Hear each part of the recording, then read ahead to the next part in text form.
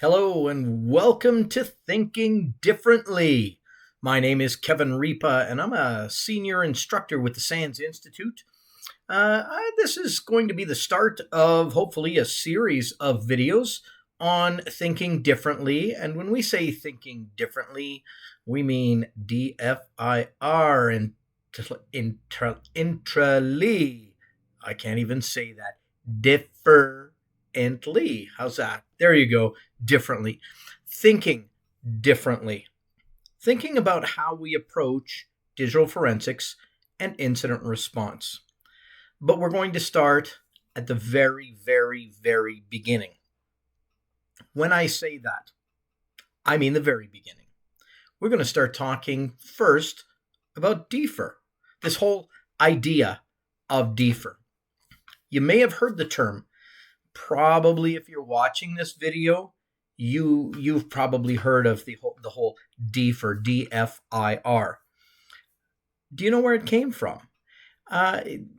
It's a SANS thing, and it's believed to have been coined, I think, by Chad Tilbury and or Rob Lee. But it's more of a SANS kind of thing.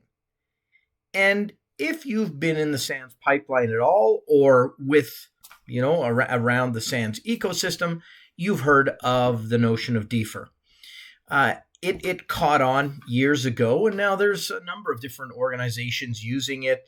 If you Google it, you see it. But if you're brand new to this idea of digital forensics and or incident response, you may not know what people are talking about when they use the term DFIR.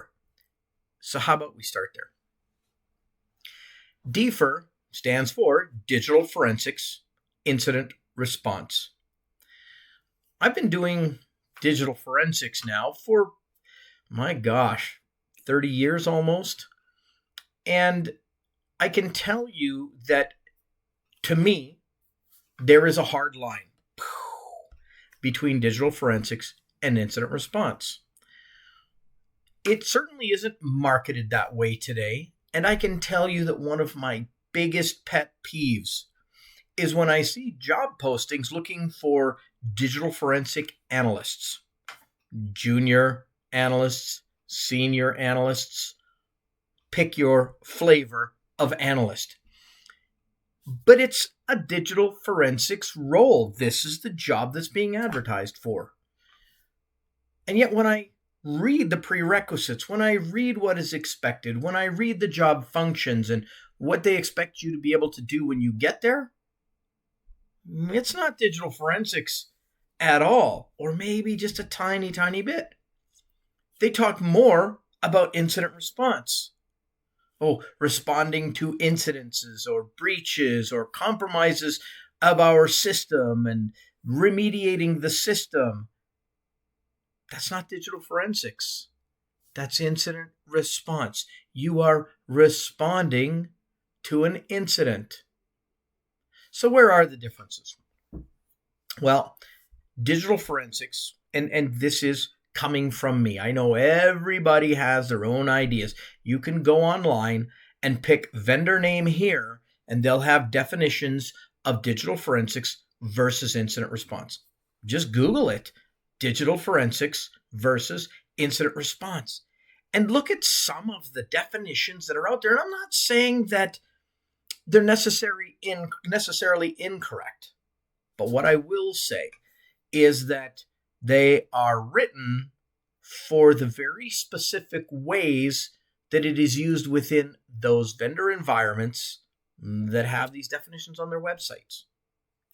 At the end of the day, digital forensics is the examination, the investigation of data on a hard drive or from some kind of collection, whether that be a computer hard drive, a cellular phone, data on the wire, data from the cloud, USB data. Wherever electronic data could sit, digital forensics could be used to analyze it. And digital forensics is truly an investigation. It may have nothing to do with incident response. I can tell you that for the first probably 15 years, easily 15 years of my presence in this space, I was doing digital forensics. No incident response. It was digital forensics. I wasn't running down to an office somewhere and helping them remediate something. I was getting calls from lawyers and corporations and things like, well, we have a hard drive we need to examine, potentially an employee left, and we think they may have taken some of our proprietary information with them. We would like you to look at the computer and see if you can try to determine what happened. That's not incident response. It's digital forensics.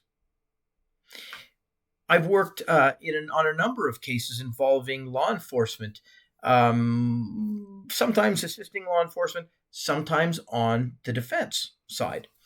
And I can tell you that in every one of those cases, I was doing an investigation, whether it be to find out what somebody did with their computer or trying to confirm or verify that what someone else said happened on the computer was what really happened and that there wasn't some other explanation. I can tell you from a great deal of experience that I worked a great many cases for the criminal defense where what had been alleged to have happened verifiably had not happened. That's not incident response. It's digital forensics. I believe there's a very hard line. Now, incident response, on the other hand, incident response, responding to incidents in the environment. Typically, incident response is inside an enterprise, and maybe there's been a breach. Somebody clicked on an attachment. The attachment contained a malicious payload. It is now proliferating throughout the environment. It needs to be discovered. It needs to be stopped. Defenses need to be put into place so that it doesn't either continue to spread or spread again. Now, I'm not going to go through all the different phases of incident response because that's beyond the scope of what we're talking about today. But I want you to understand that incident response is responding to an incident, usually that's happening right now or has just happened. And everybody's running around looking for answers, looking for solutions, and they're looking at you for those answers. They're looking at you to make it stop.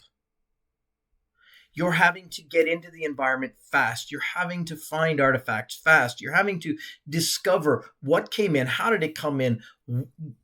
How did it morph? Did it create other files? Is it escalating privilege in the environment? Is it spreading throughout the environment?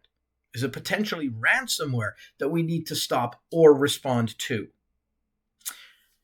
Okay, so I hope that I've kind of drawn the line between digital forensics and incident response. But you might be sitting there thinking, yeah, but Kevin, I'm just getting started in this, and I really don't hear anybody talking about these two areas separately. Well, that's because if you are talking mostly to large corporations, enterprise that have their own DFIR teams, it's because they will have a team mostly for incident response, but typically with a digital forensics capability. Why? Because maybe it's not as cut and dried as finding something on a computer and knowing what it was and stopping it from spreading. Maybe we need to find patient zero, computer zero, the ingress point of the adversary. And now we need to preserve that hard drive. Take a digital forensics collection of the hard drive for later examination or for a more thorough examination. Yeah, we know this was on it. We stopped it or we're chasing it through the environment, but we need to know more about it. Hand that phase off to the digital forensics specialists. Oftentimes, if you're skilled in both, that's going to be better for you. I can tell you that for many people that come into my enterprise, my environment, working for me or working with me, the lion's share of the work is going to be digital forensics. There is that line. Again, I'm going to reiterate, it frustrates me when I read digital forensics job postings and everything they're looking for has to do with incident response. I don't expect that the people writing those job postings are watching this episode, but if you are, stop. You're sending the wrong message. Because now people come to digital forensic training, and at the end of the training, they're saying, this isn't digital forensics. I don't know what this is, but it's not digital forensics. Where do we start chasing the bad guy through the wire? Yeah, that's incident response. I hope that I've clarified this for you. I hope that if you ever wondered the difference between digital forensics and incident response, digital forensics and investigation, we are answering questions about a collected data set. Incident response, we are responding to an active incident, something that's happening right now. We're not interested necessarily in forensically collecting data or doing a forensically sound collection of data. We need to find the bleeding and stop it now. Oftentimes the two work together. Very often they do not. It all depends on the environment you're in. And every agency is different. I don't work for a large corporation. I own my own company.